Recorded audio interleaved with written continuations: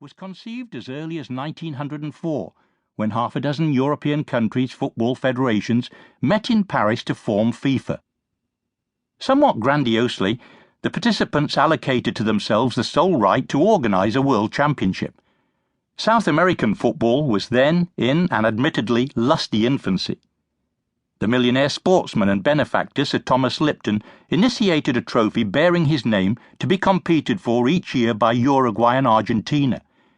But it would be some years before the subcontinent would make an impact on the game, and 1938 before the Brazilians would mount what became so strong a challenge. The bridge to the World Cup was the Olympic tournament.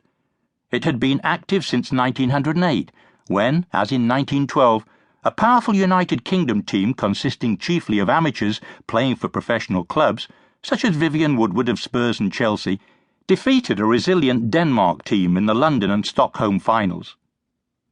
By the end of the Great War, however, when the Olympics resumed in 1920 in Belgium, the tournament was well on its way to being dominated by amateur teams made up of concealed professionals. It was in the Parisian Olympics of 1924 that South America, and Uruguay in particular, emerged as a power. A brilliant Uruguayan team, combining great technical skill with physical ardour, won the title and did so again in Amsterdam 4 years later, beating an almost equally powerful Argentine team in a replayed final. Amateurism in one form or another would be a constant of Olympic soccer for many years to come, but its wilder abuse quite clearly had to be curbed, and so it was that the World Cup was born. Other countries have their history, said Ondino Vieira, the manager of Uruguay's 1966 World Cup team in England. Uruguay has its football.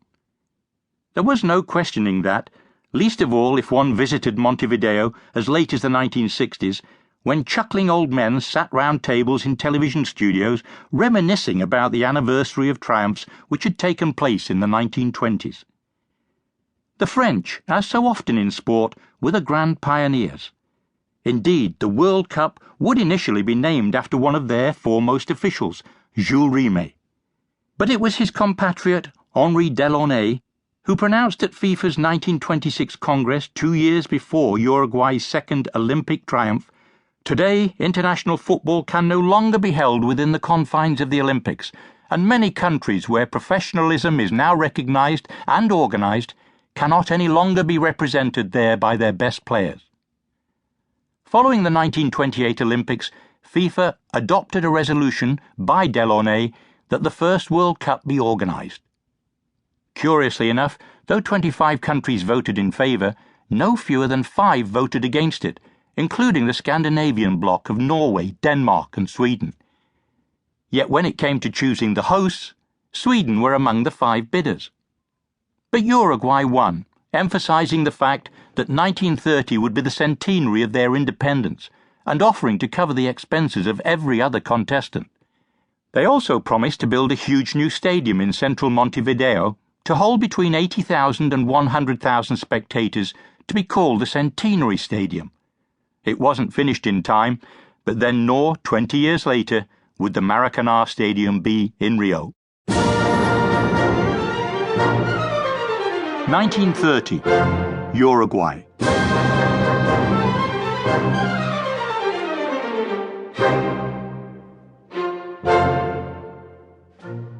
Montevideo, the capital of Uruguay, was a busy port on the estuary of the Rio de la Plata. On the other side of the river was the Argentinian capital, Buenos Aires. There were fewer places in the world where football was regarded with greater intensity. Passions would inevitably run high. So the Uruguayans could not really understand why many of the major European nations decided not to travel to South America. The problem was that with air travel still in its infancy, it took 3 weeks to sail from Europe to South America, and Italy, Spain, Austria, Hungary, Czechoslovakia, Germany and Switzerland decided to stay at home. This had future consequences.